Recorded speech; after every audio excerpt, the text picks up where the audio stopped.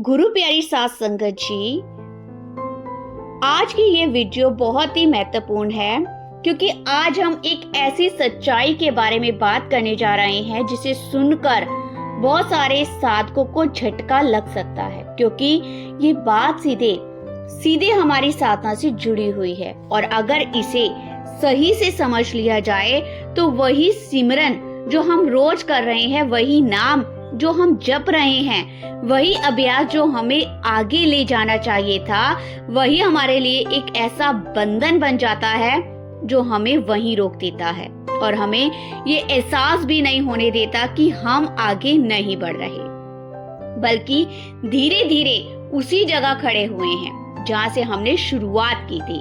संगत जी, जरा एक पल के लिए अपने जीवन की ओर देखिए। क्या आप रोज सिमरन करते हैं? क्या आपने नाम लिया हुआ है? क्या आप समय निकाल कर बैठते हैं, आंखें बंद करते हैं और पूरी श्रद्धा के साथ नाम जपते हैं? अगर हाँ, तो अब खुद से एक और सवाल पूछिए। क्या आपको वे शांति मिल रही है जिसकी आपको तलाश थी? क्या आपको वे अनुभव हो रहा है जिसके बारे में संतों ने बताया?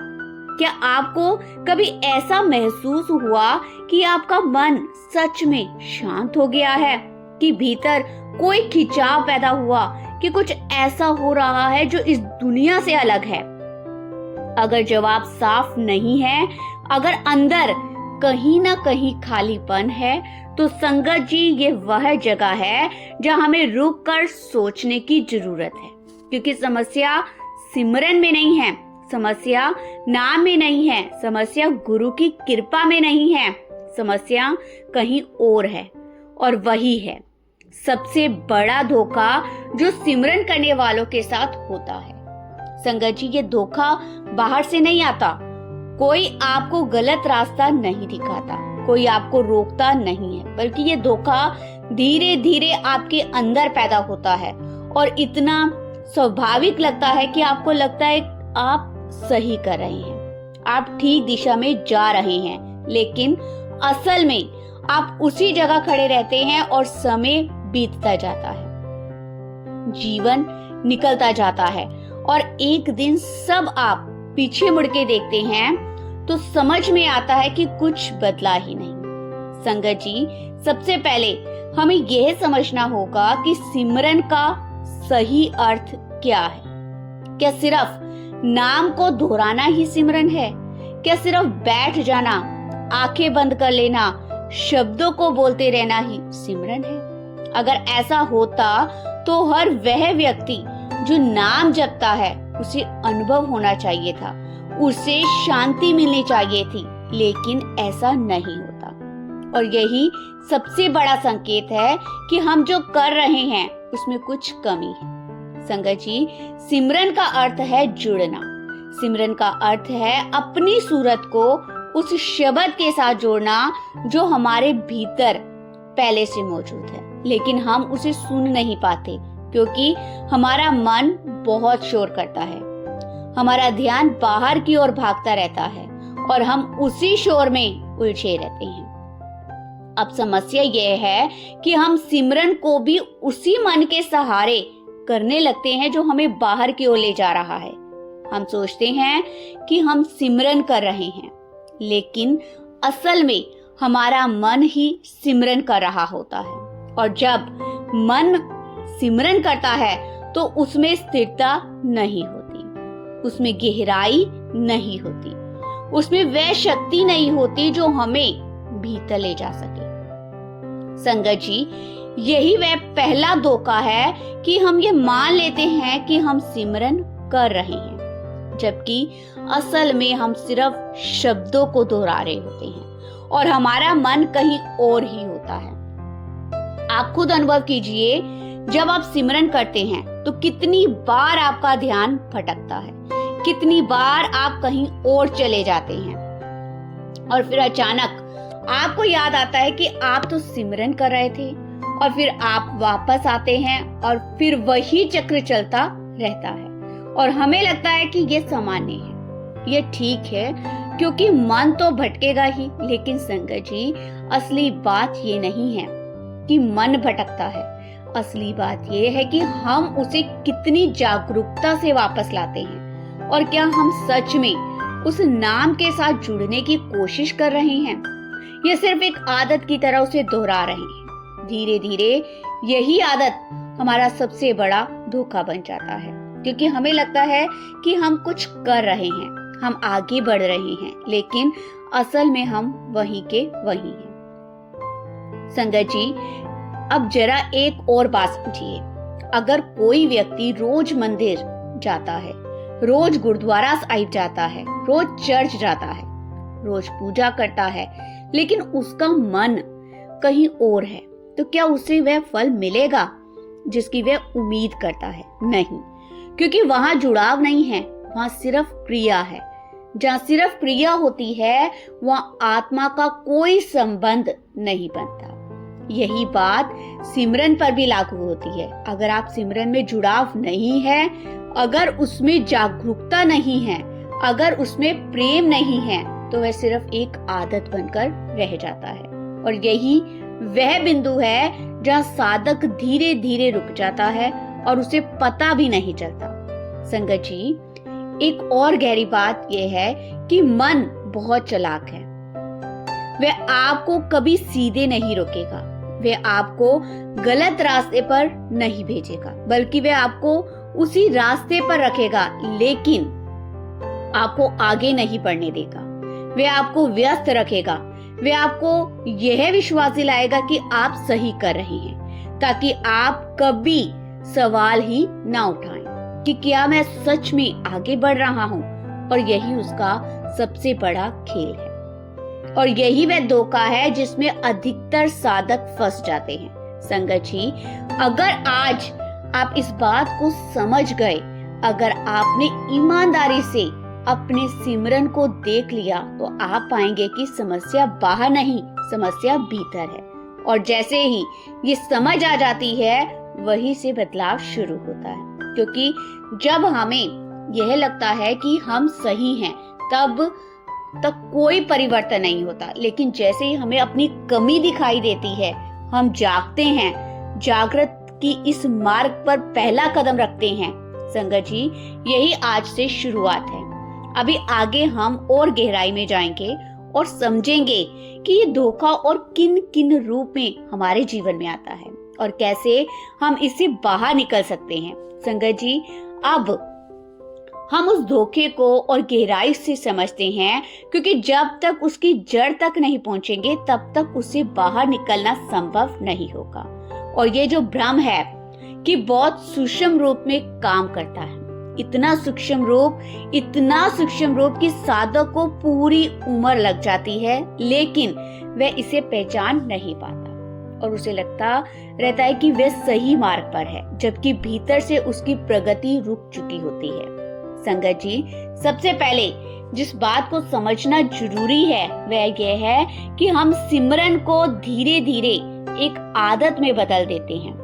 और आदत में सबसे बड़ी कमी यह होती है कि उसमें जागरूकता नहीं रहती। जब कोई काम आदत बन जाता है तो वह अपने आप चलता रहता है, उसमें दिल नहीं लगता, उसमें ध्यान नहीं लगता, बस वह होता रहता है और हमें लगता है कि हम कर रहे हैं, लेकिन असल में हम उस प्रक्रिया में मौजूद ही नहीं होते। और यही सबसे बड़ा धोखा है, क्योंकि सिमरन का उद्देश्य ही यह है कि हम पूरी तरह से उसमें उपस्थित रहें, लेकिन जब वह आदत बन जाता है तो हम वहां होते ही नहीं हैं। हमारा शरीर बैठा होता है, हमारी आंखें बंद होती हैं, हमारे होठ चल रहे होते हैं, लेकिन हमारा मन कहीं और होता है और हमारी चेतना कहीं और भटक रही होती है। और हमें यह एहसास भी नहीं होता कि हम वास्तव में सिमरन नहीं कर रहे, बल्कि सिर्फ एक क्रिया दोहरा रहे होते हैं। संगत जी, दूसरा सबसे बड़ा धोखा यह है कि हम सिमरन को संख्या और समय से जोड़ देते हैं। हमें लगता है कि अगर हमने ज्यादा समय बैठकर नाम जप लिया, अगर हमने ज्यादा बार शब्दों को दोहरा लिया, तो हम आगे बढ़ जाएंगे। हम गिनती करने लगते हैं, हम यह सोचने लगते हैं कि आज इतना किया, कल उससे ज्यादा करेंगे, और धीरे धीरे हमारा ध्यान जुड़ाव से हटकर गिनती पर चला जाता है। और यह बहुत खतरनाक स्थिति है, क्योंकि उस समय हम बाहर की चीजों को महत्व देने लगते हैं, जबकि इस मार्ग में सब कुछ भीतर है। परमात्मा को आपकी गिनती से कोई मतलब नहीं, उसे आपके दिल से मतलब है, उसे आपकी सच्चाई से मतलब है, उसे इस बात से मतलब है कि जब आप उसका नाम लेते हैं तो क्या आप सच में उसके साथ जुड़ रहे हैं या सिर्फ एक नियम निभा रहे हैं। संगत जी, अगर कोई व्यक्ति पूरे दिन आपका नाम ले लेकिन उसका ध्यान कहीं और हो तो क्या वह आपके करीब आ जाएगा? नहीं, क्योंकि वहां कोई सच्चाई नहीं है, कोई जुड़ाव नहीं है। बिल्कुल यही बात सिमरन पर लागू होती है। तीसरा धोखा जो बहुत सारे साधकों को रोक देता है वह है अनुभव की चाह।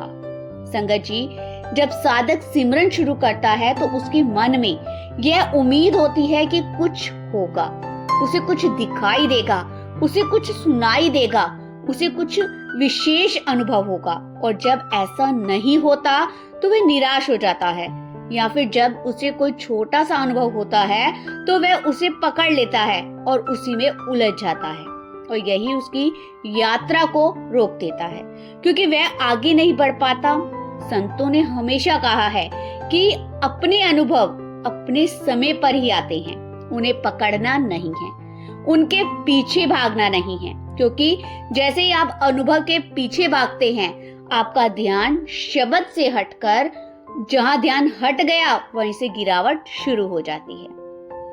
संगत जी, इस मार्ग पर सबसे जरूरी चीज अनुभव नहीं बल्कि निरंतर जुड़ाव है, और जब जुड़ाव सही हो जाता है तो अनुभव अपने आप आते हैं। चौथा धोखा और सबसे गहरा है, और वह है मन का छल। संगत जी, मन बहुत चतुर है, वह आपको कभी सीधे नहीं रोकेगा, वह आपको यह नहीं कहेगा कि सिमरन मत करो, बल्कि वह आपको सिमरन करने देगा, लेकिन आपको उसमें गहराई तक नहीं जाने देगा। वह आपको इधर उधर के विचार देगा, वह आपको कभी भविष्य में ले जाएगा, कभी अतीत में ले जाएगा, कभी आपको योजनाओं में उलझाएगा, कभी आपको भावनाओं में उलझाएगा, और इस तरह वह आपको भीतर जाने ही नहीं देगा। आपको लगेगा कि आप सिमरन कर रहे हैं, लेकिन असल में आप मन के साथ ही खेल रहे होते हैं, और यह वह स्थिति है जहाँ साधक वर्षों तक फंसा रहता है और उसे समझ नहीं आता कि समस्या क्या है। संगत जी, पांचवा धोखा जो बहुत ही सूक्ष्म है वह है तुलना करना।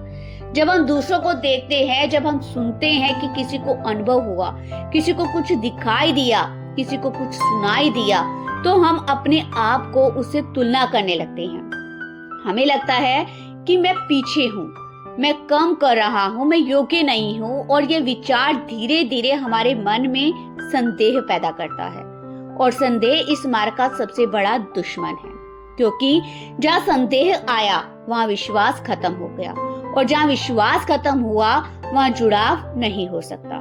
संगत जी, हर साधक की यात्रा अलग होती है, हर किसी का समय अलग होता है, इसलिए कभी भी अपने आप को दूसरों से मत जोड़िए। ये मार्ग का भीतर का, और उसमें आपको केवल अपने आप से जुड़ना है। संगत जी, एक और बहुत महत्वपूर्ण बात यह है कि हम सिमरन को केवल बैठने तक सीमित कर देते हैं। हमें लगता है कि दिन में एक समय बैठकर नाम जप लेना ही काफी है, लेकिन बाकी समय हम पूरी तरह संसार में खोए रहते हैं। हमारा ध्यान हर समय बाहर की ओर भागता रहता है, और जब हम बैठते हैं तो मन तुरंत शांत कैसे होगा? वह तो उसी दिशा में भागेगा जिस दिशा में वह पूरे दिन भागता रहा, और यही कारण है कि सिमरन में गहराई नहीं आ पाती, क्योंकि हमारा पूरा जीवन ही बिखरा हुआ होता है। संगत जी, केवल बैठने का अभ्यास नहीं है, ये जीने का तरीका है, ये निरंतर स्मरण है जो पूरे दिन चलता रहना चाहिए। संगत जी, अब जरा इस बात को और गहराई से समझिए। जब हम सिमरन करते हैं तो हमारा उद्देश्य क्या होना चाहिए? क्या हम सिर्फ शब्दों को दोहरा रहे हैं, या हम अपने ध्यान को एक बिंदु पर लाने की कोशिश कर रहे हैं? असल में सिमरन का उद्देश्य है मन को धीरे धीरे शांत करना और सूरत को भीतर की ओर मोड़ना, और यह तभी संभव होता है जब हम पूरी जागरूकता के साथ नाम जपते हैं, जब हम हर शब्द को महसूस करते हैं, जब हम अपने ध्यान को भटकने नहीं देते, और अगर भटकता भी है तो उसे प्रेम से वापस लाते हैं। संगत जी, अब तक हमने जिन धोखों की बात की, अगर आप उन्हें अपने जीवन में देखेंगे तो आपको साफ दिखाई देगा कि ये सब कहीं ना कहीं हमारे अंदर मौजूद है, और यही कारण है कि हम आगे नहीं बढ़ पा रहे। लेकिन जैसे ही हमें ये समझ आ जाती है, वैसे ही हम जाग जाते हैं, और जैसी जागृति आती है वहीं से परिवर्तन शुरू होता है, क्योंकि अब हम अंधेरे में नहीं हैं। अब हमें पता है कि हमें क्या बदलना है। संगत जी, अगले भाग में हम इस बात करेंगे कि इन सभी धोखों से बाहर कैसे निकला जाए, सही सिमरन कैसे किया जाए, और वह कौन सा तरीका है जिससे साधक सच में भीतर की यात्रा शुरू कर सकता है, क्योंकि केवल समझ लेना ही काफी नहीं है, उसे जीवन में उतारना भी जरूरी है। और जब समझ और अभ्यास एक साथ चलने लगते हैं, तभी असली परिवर्तन होता है। संगत जी, अब तक हमने उन सभी धोखों को समझ लिया जो साधक को सिमरन करते हुए भी आगे बढ़ने से रोक देती हैं। अब सबसे जरूरी बात यह है कि इन सब से बाहर कैसे निकला जाए, क्योंकि केवल ये जान लेना कि गलती कहाँ हो रही है काफी नहीं होता। जब तक हम सही तरीका नहीं अपनाते, तब तक कोई वास्तविक परिवर्तन नहीं आता। संगत जी, सबसे पहली और सबसे महत्वपूर्ण बात यह है कि सिमरन को बोझ समझना बंद करना होगा। इसे एक काम की तरह नहीं, बल्कि एक प्रेम की तरह अपनाना होगा, क्योंकि जहाँ प्रेम होता है वहाँ मन अपने आप टिकने लगता है। जहाँ ध्यान लगाने के लिए जोर नहीं लगाना पड़ता, वहाँ खिंचाव अपने आप पैदा होता है। आप खुद देखिए, जब आप किसी अपने से बात करते हैं तो आपको समय का पता नहीं चलता, आपको गिनती करने की जरूरत नहीं पड़ती, क्योंकि वहाँ दिल लगा होता है। उसी प्रकार जब सिमरन में प्रेम आ जाता है तो वह केवल शब्दों का दोहराव नहीं रहता, वह एक जीवित अनुभव बनने लगता है। संगत जी, दूसरी बात तो बहुत जरूरी है, वह है जागरूकता। जब आप सिमरन करें तो पूरी तरह उसमें उपस्थित रहें। उसका अर्थ है कि मन को टिका कर रखना। इसका अर्थ ये नहीं है कि मन कभी भी भटकेगा नहीं, मन का स्वभाव ही भटकना है। लेकिन असली बात यह है कि जैसे ही आपको ये एहसास हो कि मन कहीं और चला गया है, उसी क्षण उसे वापस ले आए, प्यार से, बिना गुस्से से, बिना निराश हुए। क्योंकि अगर आप गुस्सा करेंगे या निराश होंगे तो आप और ज्यादा उलझ जाएंगे। इसीलिए प्रेम से मन को वापस लाना ही सही तरीका है। धीरे धीरे ये अभ्यास आपके भीतर एक स्थिरता पैदा करेगा और मन पहले से कम भटकेगा। तीसरी और बहुत ही गहरी बात यह है कि सिमरन केवल बोलना नहीं, बल्कि सुनना भी है। शुरुआत में साधक शब्दों को दोहराता है, लेकिन जैसे जैसे मन शांत होने लगता है और ध्यान गहराई में जाने लगता है, एक समय ऐसा आता है जब शब्द अपने आप चलने लगता है और साधक उसे सुनने लगता है। यही वे अवस्था है जहाँ से असली सिमरन शुरू होता है, क्योंकि अब साधक कर नहीं रहा बल्कि अनुभव कर रहा है। संगत जी, इस अवस्था तक पहुँचने के लिए धैर्य और निरंतर अभ्यास बहुत जरूरी है। चौथी बात यह है कि सिमरन की केवल एक समय तक सीमित मत रखिए। दिन भर में जितना संभव हो नाम को याद रखिए। चलते फिरते काम करते समय जब भी मौका मिले अपने भीतर उस नाम को दोहराइए, क्योंकि जब नाम आपके जीवन का हिस्सा बन जाता है तब बैठकर किया गया सिमरन भी गहरा हो जाता है और मन जल्दी शांत होने लगता है। संगत जी, पांचवी बात यह है जो सबसे महत्वपूर्ण, वह है धैर्य। इस मार्ग पर जल्दी करने से कुछ नहीं मिलता। यहाँ कोई शॉर्ट रास्ता नहीं है, ये एक यात्रा है जो धीरे धीरे आगे बढ़ती है। जैसे बीज बोने के बाद उसे समय देना पड़ता है, पानी देना पड़ता है, तब जाकर वह पौधा बनता है। उसी प्रकार सिमरन भी धीरे धीरे फल देता है। अगर आप रोज अभ्यास करते हैं लेकिन जल्दी परिणाम की उम्मीद करते हैं तो आप निराश हो जाएंगे। इसलिए धैर्य रखना बहुत जरूरी है। संगत जी, एक और महत्वपूर्ण बात यह है कि अपने अनुभवों के पीछे मत भागिए। अगर आपको कोई अनुभव होता है तो उसे आने दीजिए और जाने दीजिए। उसे पकड़ने की कोशिश मत कीजिए, क्योंकि जैसे ही आप उसे पकड़ते हैं आपका ध्यान भटक जाता है और आप वहीं रुक जाते हैं। याद रखिए, अनुभव रास्ता है, मंजिल नहीं है। मंजिल है उस शब्द को साथ स्थायी जुड़ाव। संगत जी, अब एक और बात जो बहुत ही गहरी है, सिमरन करने का सही समय, सही तरीका यह है कि आप अपने ध्यान को धीरे धीरे आंखों के पीछे उस स्थान पर लाएं जहां से विचार उठते हैं, वहीं पर सिमरन करना है। संगत जी, अब बात आती है समर्पण की। इस मार्ग पर सबसे बड़ी शक्ति समर्पण है। जब तक साधक अपने आप को पूरी तरह छोड़ नहीं देता, तब तक वह आगे नहीं बढ़ सकता, क्योंकि यहाँ करने से ज्यादा छोड़ने की जरूरत है।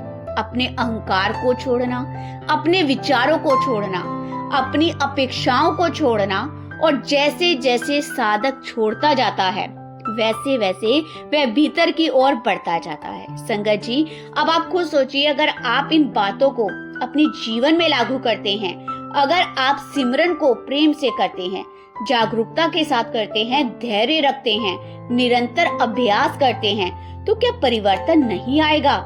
निश्चित रूप से आएगा। और धीरे धीरे वही सिमरन जो पहले केवल एक आदत थी, वही एक जीवित अनुभव बन जाएगा। संगत जी, यही सही तरीका है, यही वह मार्ग है जिससे साधक सच में भीतर की यात्रा शुरू कर सकता है। और अब ये यात्रा शुरू होती है तो फिर वापस मुड़ने का मन नहीं करता, क्योंकि जो शांति भीतर मिलती है वे कहीं और नहीं मिलती। संगत जी, अगले भाग में हम बात करेंगे उस अनुभव के बारे में जो साधक को भीतर होता है। वह कैसा होता है, कैसे धीरे धीरे वह घेराता है और साधक के जीवन को पूरी तरह बदल देता है। क्योंकि जब तक साधक को ये पता नहीं होता कि आगे क्या हो सकता है, तब तक उसकी प्रेरणा अधूरी रहती है। संगत जी, अब हम उस विषय पर आते हैं जिसके बारे में हर साधक के मन में सबसे अधिक जिज्ञासा होती है, लेकिन जिसे शब्दों में पूरी तरह से समझाना आसान नहीं होता, क्योंकि ये एक अनुभव का विषय है और अनुभव को केवल महसूस किया जा सकता है, बताया नहीं जा सकता। फिर भी संतों ने हमें संकेत दिए हैं, मार्ग दिखाया है, ताकि साधक को दिशा मिल सके और वह समझ सके कि जब सिमरन सही होने लगता है तो भीतर क्या परिवर्तन होते हैं। संगत जी, शुरुआत में साधक को ऐसा लगता है कि कुछ भी नहीं हो रहा, मन भटकता है, विचार आते हैं, बेचैनी होती है, कभी नींद आती है और कई बार ऐसा लगता है कि समय भी नहीं बीत रहा। लेकिन अगर साधक धैर्य रखता है और लगातार अभ्यास करता रहता है तो धीरे धीरे बहुत सूक्ष्म परिवर्तन शुरू होते हैं। सबसे पहले उसे ये महसूस होता है कि उसका मन पहले जैसा नहीं रहा, विचारों की गति थोड़ी धीमी हो गई, छोटी छोटी बातों पर प्रतिक्रिया कम होने लगी, गुस्सा पहले जैसा तीव्र नहीं आता, भीतर कहीं एक हल्की सी शांति जन्म लेने लगती है। यह बहुत बड़ा संकेत होता है कि सिमरन असर कर रहा है, भले ही अभी तक कोई बड़ा अनुभव ना हुआ हो। संगत जी, जैसे जैसे साधक आगे बढ़ता है और उसका ध्यान थोड़ा स्थिर होने लगता है तो उसे एक अलग तरह का अनुभव होने लगता है। उसे लगता है जैसे भीतर कोई खिंचाव है, जैसे कोई शक्ति उसे अंदर की ओर बुला रही है। ये खिंचाव बहुत सूक्ष्म होता है, लेकिन जो उसे महसूस करता है वे समझ आता है कि कुछ बदल रहा है। ये वह अवस्था होती है जहाँ सूरत धीरे धीरे बाहर से हटकर भीतर की ओर मुड़ने लगती है। संगत जी, इसी अवस्था में कभी कभी साधक को ऐसा भी महसूस हो जाता है कि भीतर बहुत हल्की सी ध्वनि चल रही है, बहुत ही मंद, बहुत ही सूक्ष्म, जैसे दूर कहीं कोई झक्कार हो रही होती है, लेकिन जैसे ही साधक उस पर ध्यान देने की कोशिश करता है वे गायब हो जाती है। यही कारण है कि संतों ने कहा है कि इन अनुभवों को पकड़ने की कोशिश मत करो, बस सहज रहो, क्योंकि ये अनुभव प्रयास से ही नहीं बल्कि अवस्था से आते हैं। संगत जी, धीरे धीरे जब साधक का अभ्यास गहरा होता है और वह नियमित रूप से सिमरन करता रहता है तो वह ध्वनि थोड़ी स्पष्ट होने लगती है, कभी घंटी जैसी, कभी मधुर धुन जैसी, कभी संगीत की तरह। लेकिन ये जरूरी नहीं कि हर साधक को एक ही तरह का अनुभव हो, हर किसी का अनुभव अलग हो सकता है। और यही पर एक बड़ा खतरा भी होता है। साधक इन अनुभवों में उलझ सकता है, अपनी यात्रा को रोक सकता है। इसलिए हमेशा याद रखना कि अनुभव रास्ता है, मंजिल नहीं। संगत जी, जैसे जैसे साधक और भीतर जाता है उसका मन और शांत हो जाता है। एक समय ऐसा आता है जब विचार लगभग समाप्त होने लगते हैं और वह एक गहरे मौन में प्रवेश करता है। यह मौन कोई खालीपन नहीं होता बल्कि एक जीवित शांति होती है। इसमें एक अलग प्रकार की ऊर्जा होती है और उसी मौन में वह शब्द स्पष्ट होने लगता है जो हमेशा से भीतर था, लेकिन जिसे मन के शोर के कारण कभी सुना नहीं किया। जब साधक पहली बार उस शब्द को सुनता है तो वह अनुभव होता है कि अद्भुत है।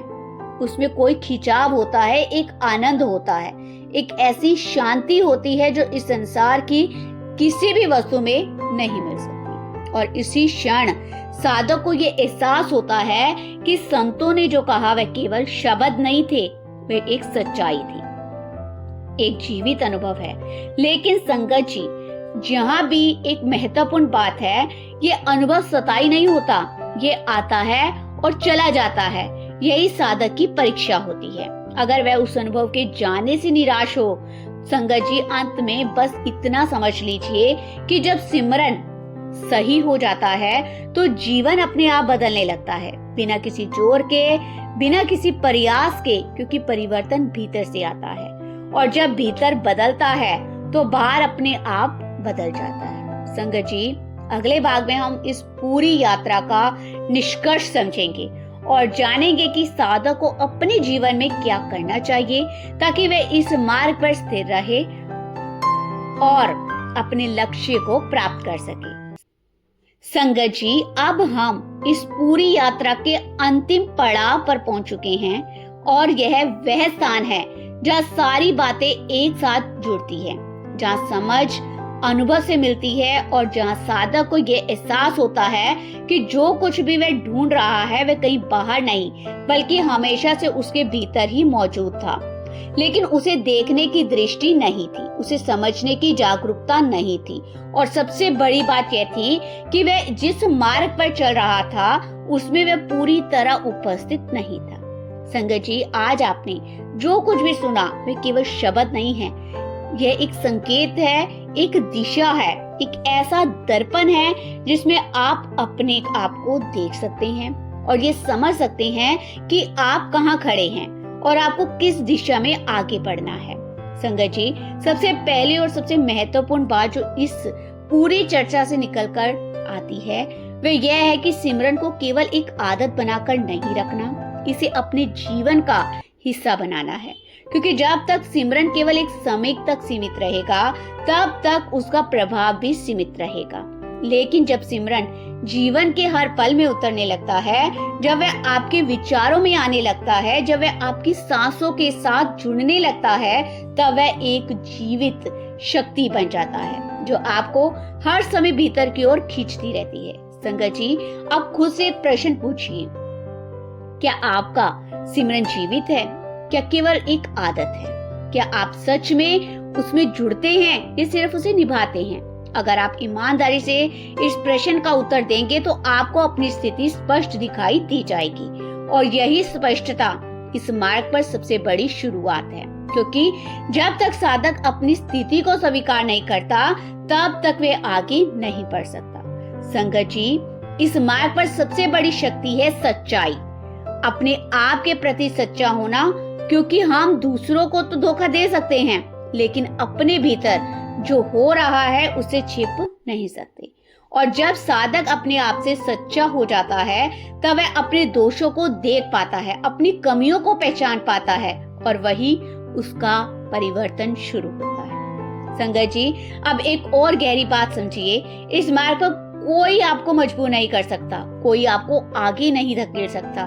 ये पूरी तरह आपकी इच्छा पर निर्भर है। आपका मन चाहे तो आपको रोक सकता है, आपका संकल्प चाहे तो आपको आगे ले जा सकता है। इसीलिए अपने भीतर उस इच्छा को जगाना बहुत जरूरी है, वह इच्छा जो आपको हर हाल में सिमरन करने के लिए प्रेरित करे, वह लगन जो आपको बार बार भीतर की ओर ले जाए।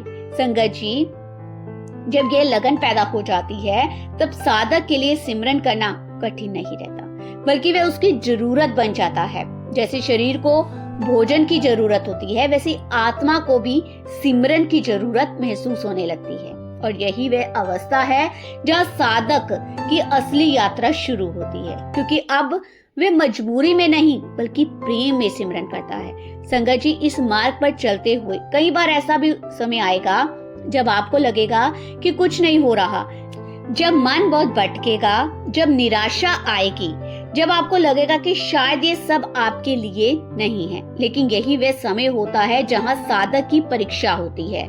जो इस समय में टिक जाता है वही आगे बढ़ता है, और जो हार मान लेता है वह वहीं रुक जाता है। इसलिए कभी भी हार मत मानिए, चाहे जैसा भी समय आने पर अपने सिमरन को मत रोकिए, क्योंकि यही एक सहारा है जो आपको अंत तक साथ देगा। संगत जी, अब बात आती है समर्पण की। इस मार्ग पर सबसे बड़ा रहस्य यही है कि जितना आप छोड़ते जाएंगे उतना आप आगे बढ़ते जाएंगे। अपने विचारों को छोड़ना, अपनी इच्छाओं को छोड़ना, अपने अहंकार को छोड़ना और धीरे धीरे अपने आप को उस शक्ति के हवाले कर देना जो आपको भीतर से चला रही है। जब ये समर्पण पूर्ण हो जाता है तब साधक को कुछ करने की जरूरत नहीं रहती, सब कुछ अपने आप होने लगता है। संगत जी, याद रखिए, ये मार्ग बहुत सरल भी है और बहुत कठिन भी। सरल इसलिए है क्योंकि इसमें केवल एक काम करना है, सिर्फ नाम का स्मरण। कठिन इसलिए है क्योंकि मन इसे करने नहीं देता, वह आपको हर तरह से रोकने की कोशिश करता है। इसलिए इस मार्ग पर सबसे जरूरी है धैर्य और निरंतरता। रोज थोड़ा थोड़ा लेकिन लगातार। संगत जी, जब अंत में बस इतना समझ लीजिए कि सिमरन कोई साधारण क्रिया नहीं है, वह एक माध्यम है जो आपको इस संसार के बंधनों से मुक्त कर सकता है। यह वह पुल है जो आपको आपके स्रोत से जोड़ सकता है। यह वह शक्ति है जो आपके भीतर छिपी हुई है और जिसे जागृत करने की जरूरत भी है। संगत जी, अगर आपने आज की इस पूरी बात को दिल से समझ लिया तो आपका सिमरन निरंतर चलने लगेगा, आप उस परमात्मा से मिल जाएंगे। राधा स्वामी जी।